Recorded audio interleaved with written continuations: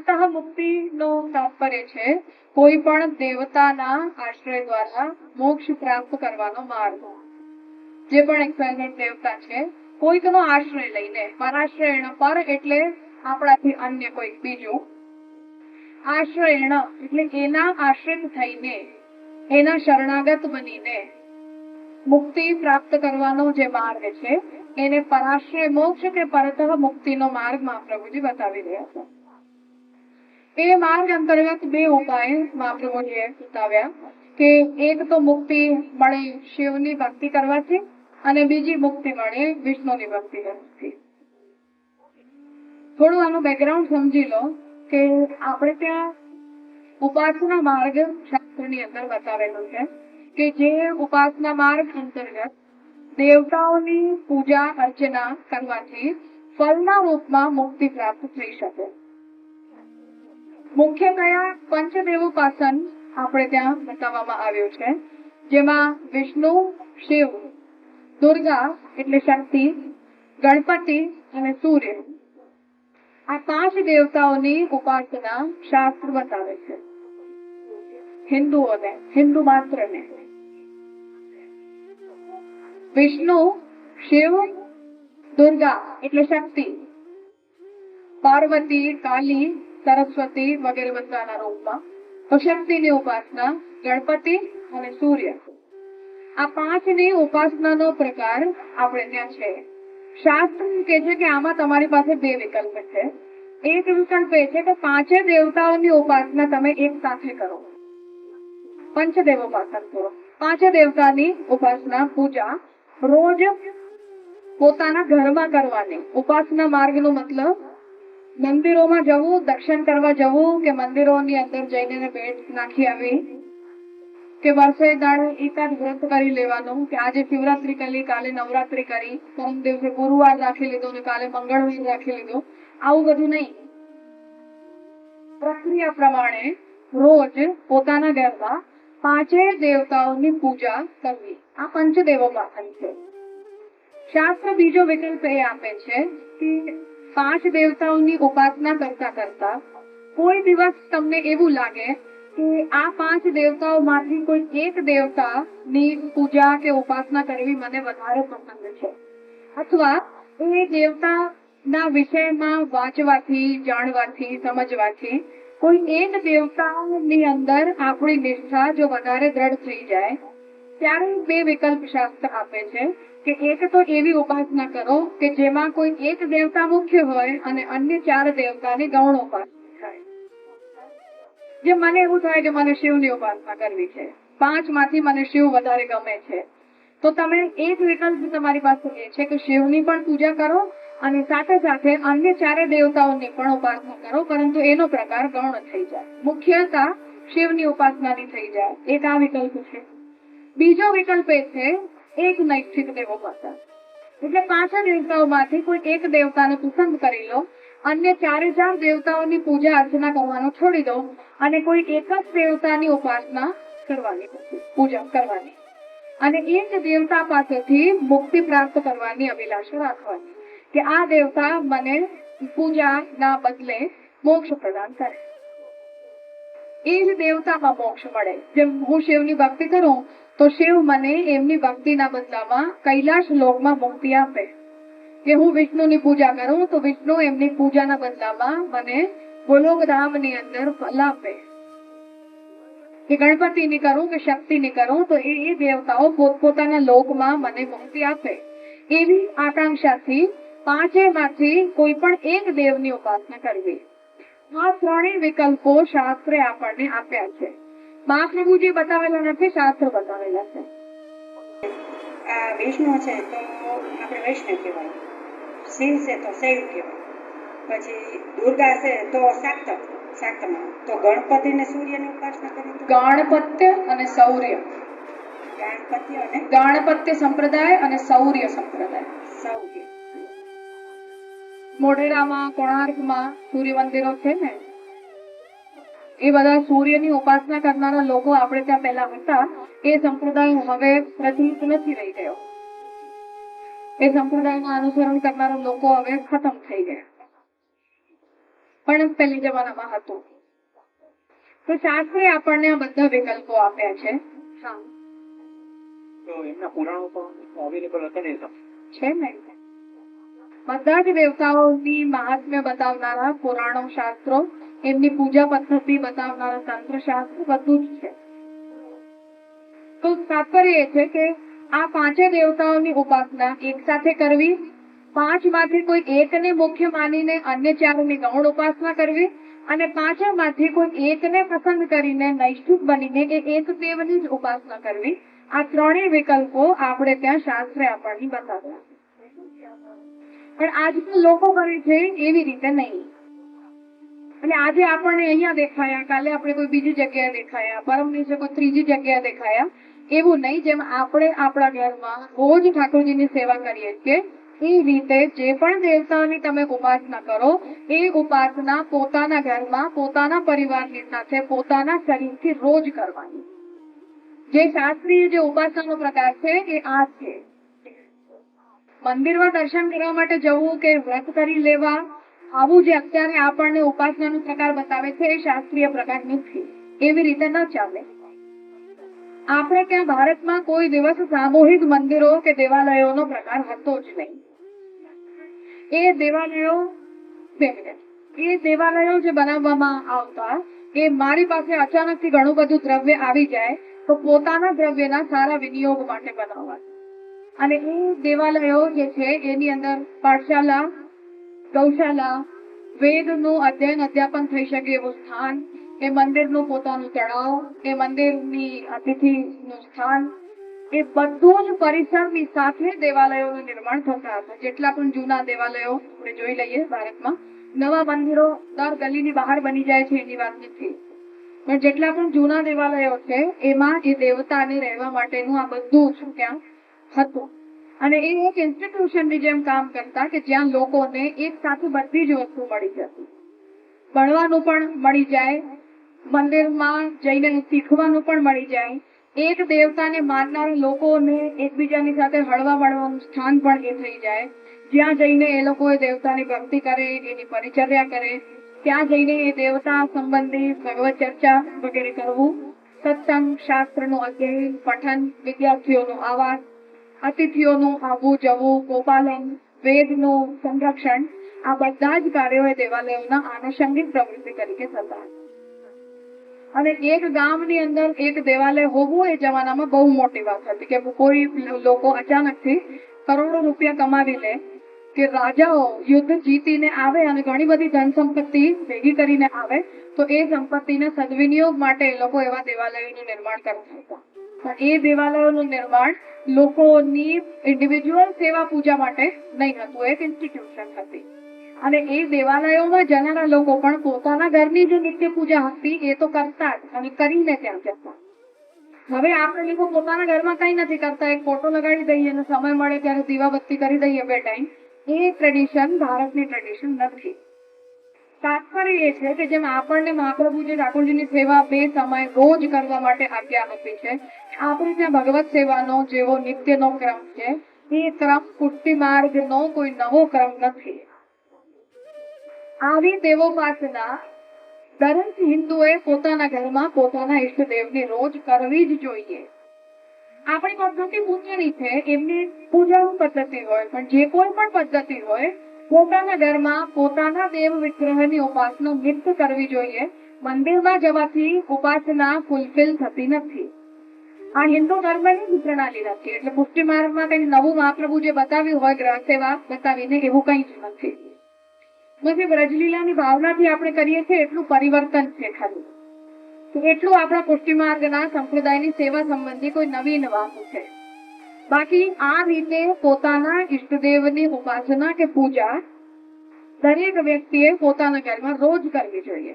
ચાહે શિવનો ભક્ત હોય, શક્તિનો ભક્ત હોય, કૃષ્ણનો હોય, વિષ્ણુનો હોય, રામનો હોય, ગણપતિ, સૂર્ય, જે કોઈની પણ ઉપાસના થતી હોય, એ બધું જ દરેક વ્યક્તિએ પોતાના ઘરમાં ઓન ડેલી બેસિસ રોજ પોતાના શરીરથી, પોતાના પરિવારની સાથે, કોઈ પણ વ્યક્તિ પાસેથી માંગ્યા વિના પોતાની ધન સંપત્તિથી કરવું જોઈએ. દેવાલયનું સામૂહિક સ્થાન છે જ્યાં એ દેવતા બધાના માટે બિરાજે. અને એ પણ ટ્રેડિશન આપણે ત્યાં ખાલી તીર્થોની અંદર હતી, ગામે ગામ નતા બનતા. જે સ્થાન ઉપર એ દેવતા સંબંધી કોઈ વિશેષ મહાત્મ્ય પ્રકટ થયું હોય કે એ સ્થાન ઉપર એ દેવતાનો કોઈ કારણોસર આવિર્ભાવ કે અવતરણ થયું હોય તો એ સ્થાન ઉપર એ દેવતાના સ્થાનના સંરક્ષણ માટે દેવાલયોનું નિર્માણ થતું હતું. જેમ દ્વારિકા છે તો ઠાકોરજી ત્યાં બિરાજ્યા તો એ દ્વારકાધીશનું મંદિર ત્યાં બન્યું, તો એ દેવાલય છે જ્યાં ભગવાનના એ વિગ્રહ બધા માટે પ્રતિષ્ઠાપિત છે. પણ આપણા ગામમાં જેમ આપણને હર ગલીએ હવે નવું મંદિર જોવા મળે છે, જે મંદિરમાં એ દેવતાની પૂજા અર્ચના વગેરેની પ્રણાલી પણ સારી રીતે ચાલતી નથી હોતી, શોપીસની જેમ ત્યાં દેવતાને બેસાડી દેવામાં આવે એવી પૂજા અર્ચનાની મંદિરની કે ઉપાસનાની પ્રણાલી હિન્દુ ભારત ધર્મની પ્રણાલી છે જ. આ બધું જ મનગણંત પ્રકાર છે જે આપણે પોતાના સ્વાતંત્ર્યથી ડેવલપ કરી લીધું છે, જેને શાસ્ત્રની સાથે કોઈ સંબંધ નથી. તો મહાપ્રભુજી અહીં જે પરત તો મહાપ્રભુજી આજ્ઞા કરી રહ્યા છે કે કોઈ દેવતાની ઉપાસનાથી પણ મોક્ષ મળી શકે છે. એટલે હું એ દેવતાની પૂજા કરું અને એ દેવતા મને બદલામાં મુક્તિ આપે, અથવા મારી બીજી પણ કોઈ ઈચ્છા હોય તો ઈચ્છાઓની પણ પૂર્તિ કરે, બંને થઈ શકે છે. એટલે ધર્મ, અર્થ, કામ અને મોક્ષ ચારે પુરુષાર્થોની સિદ્ધિ કોઈ એક દેવતાની પૂજા દ્વારા કે પંચદેવોપાસના દ્વારા કરી શકાય છે. એને મહાપ્રભુજી પરતઃ મુક્તિ બતાવી રહ્યા છે. હવે આમાં શક્તિ, ગણપતિ અને સૂર્ય આ ત્રણની ઉપાસનાનો પ્રકાર ન બતાવીને મહાપ્રભુજીએ વિષ્ણુની ઉપાસના અને શિવની ઉપાસનાથી મુક્તિનો પ્રકાર બતાવ્યો છે. કારણ એની અંદર એ છે કે સર્વનિર્ણય પ્રકરણમાં મહાપ્રભુજીએ સ્પષ્ટ આજ્ઞા કરી છે કે જેટલી પણ શક્તિ છે, એટલે વિષ્ણુની શક્તિ લક્ષ્મી છે, શિવની શક્તિ પાર્વતી કે દુર્ગા છે, બ્રહ્માજીની શક્તિ સરસ્વતી છે, તો શક્તિ અને શક્તિમાન દેવતા અને દેવી આ બંનેની સાથે ઉપાસના કરવાથી મુક્તિ મળે છે.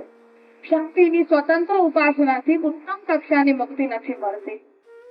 મહાપ્રભુજીએ સર્વનિર્ણય પ્રકરણ તત્વાસ્મિક નિબંધ અંતર્ગત ત્યાં આજ્ઞા કરી છે કે કોઈ વ્યક્તિ લક્ષ્મી અને વિષ્ણુ ની સાથે ઉપાસના ન કરે, કેવલ લક્ષ્મીની ઉપાસના કરે તો મહાપ્રભુજી આજ્ઞા કરી કે એને રમા વૈકુંઠ નામના લોકની પ્રાપ્તિ થાય છે, પરંતુ એ ઉત્તમ કક્ષાનો મોક્ષ નથી.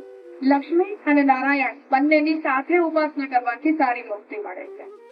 તો મહાપ્રભુજી એટલે શક્તિ ઉપાસના, ગણપતિ અને સૂર્યની ઉપાસનાની પરંપરા તો વૈદિક છે, સ્માર્ત નથી, સ્મૃતિપૃષ્ઠ નથી, વૈદિક છે.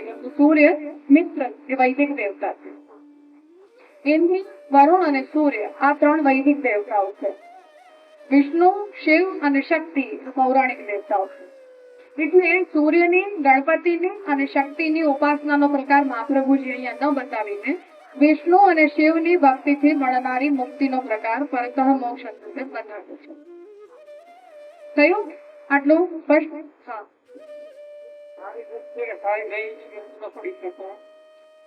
નીચલી કક્ષાની મુક્તિ, જે દેવતા પોતે નીચલા સ્ટાન્ડર્ડ નો હોય એ દેવતામાં મળનારી મુક્તિ પણ નીચલી કક્ષાની હોય, અને એમની ઉપાસનાની પદ્ધતિ પણ વૈદિક દેવતાઓની વૈદિક હોય અને પૌરાણિક દેવતાઓની સ્માર્ત અને પૌરાણિક હોય. એ સારો પ્રકારનો મોક્ષ નથી. કેમ કે શક્તિ અને શક્તિમાન આ બંનેની વચ્ચે ભેદ ન કરવો જોઈએ. મહાપ્રભુજીનું તાત્પર્ય એ છે. જેમ ઠાકોરજી અને રાધાજી બંને એક છે.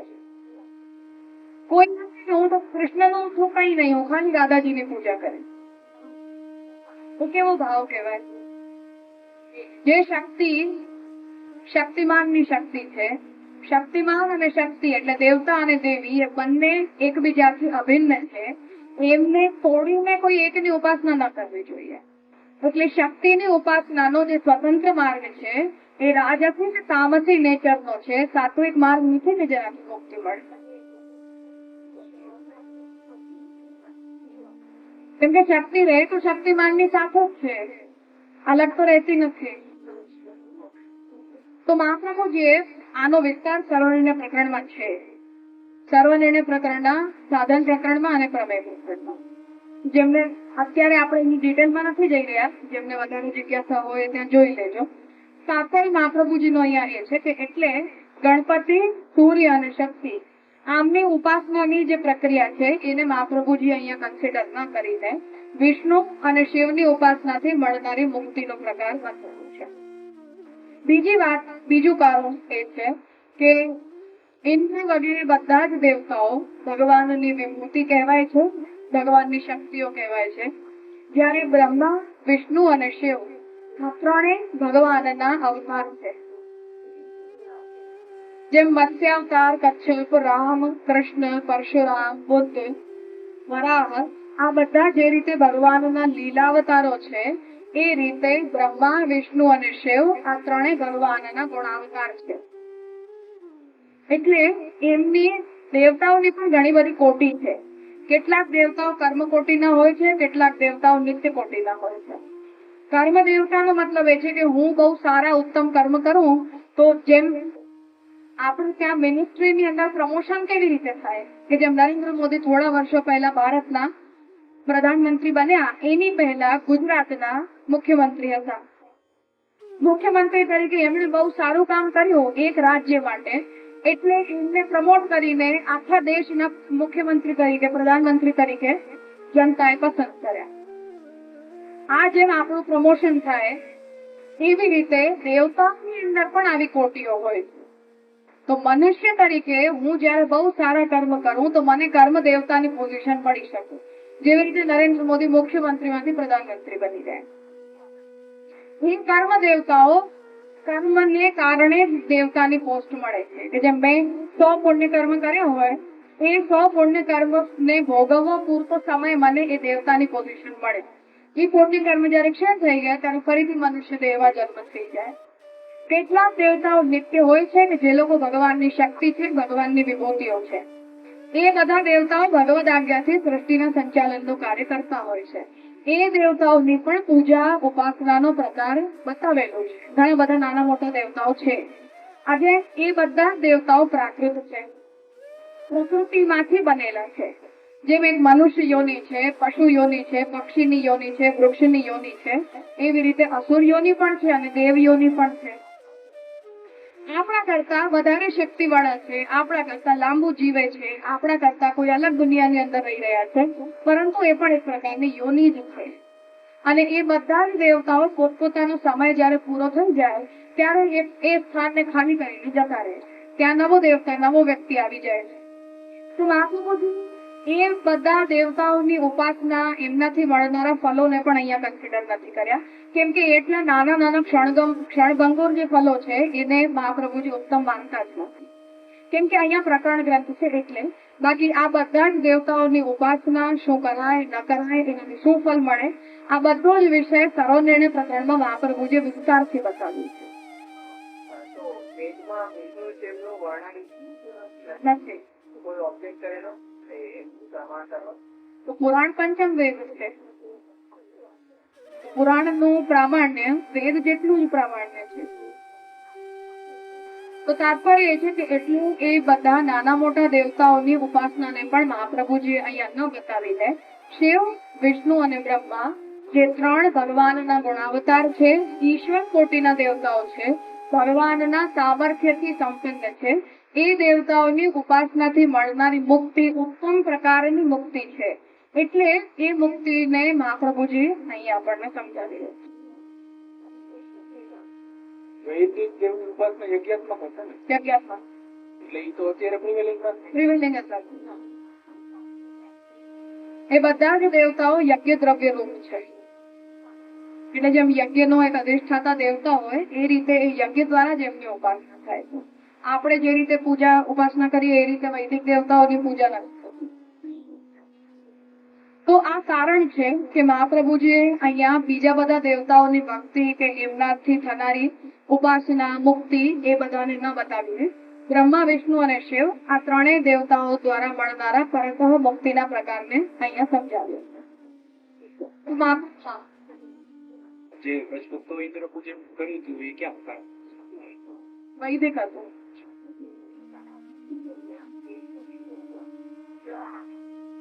પરાશ્રયેણ મોક્ષસ્તુ દ્વિધા સોપી નિરૂપ્યતે બ્રહ્મા બ્રાહ્મણતામ યાતઃ સુદરૂપેણ સુસેવ્યતે. તે સર્વાર્થ ન ચાપ્યેન શાસ્ત્રમ કિંચિત ઉદીરિતમ અતઃ શિવશ્ચ વિષ્ણુશ્ચ જગતો હિતકારકૌ. પરાશ્રય દ્વારા એટલે દેવતાના આશ્રય દ્વારા પ્રાપ્ત થનારી મુક્તિ નું નિરૂપણ બે પ્રકારે કરેલું છે. દ્વિધા એટલે બે પ્રકારે. સોપી પરાશ્રય મોક્ષ નિરૂપ્યતે એનું નિરૂપણ અહીં કરેલું છે. તો પરતઃ મુક્તિનું બે પ્રકારે નિરૂપણ કર્યું છે. બ્રહ્મા વિષ્ણુ શિવ માંથી બ્રહ્મા કેમ નહીં એનું કારણ મહાપ્રભુજી બતાવી રહ્યા છે. બ્રહ્મા બ્રાહ્મણતામ યાત તદ્રૂપેણ સુસેવ્યતે. બ્રહ્માજીને ભગવાને ગુરુ તરીકે સ્થાપિત કર્યા છે, કેમ કે બ્રહ્માજી દ્વારા વેદો પ્રગટ થયા. તો ગુરુ શું છે એ ફળ નથી આપતા, ગુરુ માર્ગદર્શન કરે, રસ્તો બતાવે છે કે તમે આવું આવું કરશો તો આ કરવાથી તમને આ પ્રકારનું ફળ મળી જશે. તો મહાપ્રભુજી આજ્ઞા કરી રહ્યા છે કે બ્રહ્મા બ્રાહ્મણતામ યાતસ. બ્રાહ્મણતામ યાતસ એટલે ગુરુત્વેન. બ્રહ્માજીએ બ્રાહ્મણત્વને પ્રાપ્ત કરેલું છે, એટલે ભગવાને બ્રહ્માજીને ગુરુ સ્થાનીય બનાવ્યા છે, ગુરુ તરીકે સ્થાપિત કર્યા છે. એટલે બ્રહ્માજી જે છે એ ગુરુ તરીકે વેદ શાસ્ત્રોનું પ્રણયન કરે છે, સપ્ત ઋષિઓ સુધી એ વેદોને પહોંચાડે છે. પછી સપ્ત ઋષિ એમના શિષ્યોની પરંપરાથી એ બધા શાસ્ત્ર આપણને પ્રાપ્ત થાય છે. એટલે તદરૂપેણ સુસેવ્યતે એટલે બ્રહ્માજીનું સેવન, બ્રહ્માજીનો આદર ગુરુ તરીકે જ કરવામાં આવે છે, કેમ કે એ શાસ્ત્રના પ્રણેતા છે. એટલે બ્રહ્માજીની ઉપાસના કે બ્રહ્માજીની પૂજા, એમની પૂજા ઉપાસનાથી કોઈ પણ પ્રકારના ફળની પ્રાપ્તિ વગેરે પ્રકાર બ્રહ્માજીના સાથે બતાવવામાં શાસ્ત્રમાં નથી આવે. એ કારણ મહાપ્રભુજી કહી રહ્યા છે કે એમ બ્રહ્મા વિષ્ણુ અને શિવ આ ત્રણેય ભગવાનના ગુણાવતાર છે. બ્રહ્માજી રાજસ ગુણના નિયંતા છે, મહાદેવજી તામસ ગુણના નિયંતા છે અને વિષ્ણુ સાત્વિક ગુણના નિયમન કરનારા છે. પણ આ ત્રણેયમાંથી બ્રહ્માજીનું પૂજન, એમનો આદર, એમનો સંસ્કાર દેવ તરીકે ન કરીને ગુરુ તરીકે કરવામાં આવે છે. અને ગુરુ જે છે એ કોઈને સીધા ફલ પ્રદાન નથી કરતા, પરંતુ માર્ગદર્શન કરે છે. એટલે બ્રહ્માજીએ જે શાસ્ત્રોને પ્રકટ કર્યા કે બ્રહ્માજી દ્વારા ભગવાને જે શાસ્ત્રોને પ્રકટ કરાવ્યા, એ બધા શાસ્ત્રોના અધ્યયન દ્વારા, ચિંતન દ્વારા આપણે માર્ગદર્શન પ્રાપ્ત કરીએ છીએ અને એ માર્ગનું અનુસરણ કરીને આપણને ફળ મળે છે. પણ બ્રહ્માજી સીધું કોઈને ફળ પ્રદાન કરતા નથી. થયું? પણ તો બ્રહ્મા બ્રાહ્મણતામ યાત તદ્રૂપેણ સુસેવ્યતે તે સર્વાર્થ ન ચાપ્યેન શાસ્ત્રમ કિંચિત ઉદીરિતમ. બ્રહ્માજીએ મુક્તિ પ્રાપ્ત કરવા માટે, સાધનો બતાવવા માટે શાસ્ત્રોને પ્રકટ કર્યા છે. એટલે મોક્ષ પ્રાપ્ત કરવા માટે બ્રહ્માજીની ઉપાસના નથી કરવામાં આવતી, પણ બ્રહ્માજી દ્વારા પ્રકટ કરેલા શાસ્ત્રો દ્વારા માર્ગદર્શન પ્રાપ્ત કરીને મુક્તિના સાધનોનું અનુસરણ કરવામાં આવે છે. થયું? પણ અતઃ શિવશ્ચ વિષ્ણુશ્ચ જગતો હિતકારકૌ. એટલે હવે બ્રહ્મા વિષ્ણુ અને શિવ આ ત્રણ માંથી બ્રહ્માજીની તો ઉપાસના નથી કરવાની, તો ગુરુ થઈ ગયા. તો કોણ બચ્યા? તો શિવ અને વિષ્ણુ આ બંને જગતનું હિત કરનારા છે. જગતનું હિત કરનારા છે એટલે આપની જે પણ મનોકામના હોય એ શિવ અને વિષ્ણુની ઉપાસનાથી પૂરી થઈ શકે છે. એટલે જેને પણ ફળની આકાંક્ષા હોય, ફળ પ્રાપ્ત કરવાની ઈચ્છા હોય, એને શિવ અને વિષ્ણુની ઉપાસના કરીને પોતાના ઈચ્છિત ફળને પ્રાપ્ત કરવું જોઈએ. એનાથી આપણું હિત થાય છે, જગતનું હિત થાય છે. એટલે જગતના જીવોને જોઈતું જે હોય એ શિવ અને વિષ્ણુની ઉપાસના ભક્તિથી મળી જાય છે. થયું? આટલું સ્પષ્ટ? કઈ પૂછવું છે? બ્રહ્મૈવ વસ્તુનઃ સ્થિતિ સંહારૌ કાર્યૌ શાસ્ત્ર પ્રવર્તકૌ બ્રહ્મૈવ તાદૃશમ યસ્માત સર્વાત્મકતયોદિતૌ નિર્દોષ પૂર્ણ ગુણતા શુદ્ધ છાત્રે તયોઃ પિતા. વસ્તુનઃ સ્થિતિ સંહારૌ કાર્યૌ શાસ્ત્ર પ્રવર્તકૌ. શાસ્ત્ર જે છે એટલે શિવ દ્વારા પ્રવર્તિત શાસ્ત્ર અને વિષ્ણુ દ્વારા પ્રવર્તિત શાસ્ત્ર, એ બંનેને જ્યારે આપણે વાંચીએ ત્યારે એની અંદર એવું કહેવામાં આવે છે કે શિવ જ જગતની ઉત્પત્તિ સ્થિતિ લય કરનારા છે, શિવ જ આ બ્રહ્માંડના સ્વામી છે, આખા જગતની ઉત્પત્તિ તો મહાદેવજી માંથી જ થાય છે. વિષ્ણુના પ્રવર્તિત શાસ્ત્રોને જ્યારે આપણે જોઈએ તો ત્યાં શું કહેવામાં આવે કે વિષ્ણુ જ જગતની ઉત્પત્તિ સ્થિતિ લય કરે છે, વિષ્ણુ જ જગતના નિયંતા છે, વિષ્ણુ જ સર્વશ્રેષ્ઠ છે. તો આ બંને દેવતાઓના પ્રવર્તિત શાસ્ત્રોનું અવલોકન જ્યારે આપણે કરીએ ત્યારે એ બંને દેવતાઓને જ જગતના ઉત્પત્તિ સ્થિતિ સંહાર કરનારા કહેવાયેલા છે. એના કારણે આપના મનમાં સંશય થાય છે કે કોણ મોટું કોણ સાચું. જેમ લોકો એવી ચર્ચા કરતા હોય કે જો વિષ્ણુ મહાદેવજી કરતા મોટા હોત તો રામચંદ્રજીએ રામેશ્વરમાં મહાદેવજીની પૂજા કેમ કરી. આપણે એવું કહીએ કે નહીં, કૃષ્ણ ભગવાનના દર્શન માટે મહાદેવજી આવ્યા હતા એટલે કૃષ્ણ ઊંચા કહેવાય, મહાદેવજી નીચા કહેવાય. આ બધું આપણા લોકોની અંદર ચાલતું હોય. બધા જ પોતપોતાના દેવી દેવતાઓને શ્રેષ્ઠ સાબિત કરવા માટે બીજા દેવી દેવતાઓને નીચા દેખાડતા જ હોય છે. મહાપ્રભુજી આજ્ઞા કરી રહ્યા છે કે જે કોઈ પણ શાસ્ત્રમાં જે પણ દેવતાને સૃષ્ટિની ઉત્પત્તિ સ્થિતિ લય કરનારા કે સૃષ્ટિનું નિયમન કરનારા બતાવવામાં આવ્યા છે, કે સૃષ્ટિમાં સર્વોચ્ચ શક્તિ તરીકે બતાવવામાં આવ્યા છે, એ વસ્તુતઃ બધું જ નિરૂપણ પરબ્રહ્મનું નિરૂપણ છે. કેમ કે આ બધા જ દેવતાઓને સૃષ્ટિ સંબંધી બધા જ કાર્યો કરવા માટેની શક્તિ પરબ્રહ્મ જ આપે છે. અને ભગવાનની જ આજ્ઞાથી બ્રહ્માજી જગતને ઉત્પન્ન કરે છે, વિષ્ણુ જગતનું પાલન કરે છે, મહાદેવજી જગતનો સંહાર કરે છે. એમને મળેલી શક્તિ એ ભગવાનની શક્તિ છે. એટલે શિવ પુરાણ વાંચવામાં જે શિવનું મહાત્મ્ય બતાવ્યું, વિષ્ણુ પુરાણ વાંચીએ તો વિષ્ણુનું મહાત્મ્ય મળે, શક્તિ પુરાણ દેવી ભાગવત વાંચી લઈએ તો દેવીને જગતની ઉત્પત્તિ સ્થિતિ લય કરનારી બતાવી દેવામાં આવે. તો જ્યાં પણ જે પ્રકારનું મહાત્મ્ય બતાવ્યું છે, જે કોઈ પણ પ્રકારની શક્તિ બતાવી છે, એ બધી જ શક્તિ, એ બધી જ મહાનતા જે છે એ વસ્તુતઃ પરબ્રહ્મની શક્તિઓનું નિરૂપણ છે. ભાવિન તું પૂછી રહ્યો હતો કે પુષ્ટિ માર્ગ ક્યાં છે? આ છે. હવે આનું જ ડિસ્ક્રિપ્શન મહાપ્રભુજી પરબ્રહ્મ તો કૃષ્ણ એમાં સિદ્ધાંતાવલીમાં કરેલો હોય. તો જે દેવતાઓ ભગવત શક્તિ રૂપ છે, જે દેવતાઓ ભગવાનના ગુણાવતાર રૂપ છે, એમની ઉપાસનાથી મળનારા ફળને પણ મહાપ્રભુજીએ બતાવ્યું. અને એ ફળ આપવાની શક્તિ એમનામાં ક્યાંથી આવે છે એ સ્ત્રોતને પણ મહાપ્રભુજી અહીં બતાવી જ રહ્યા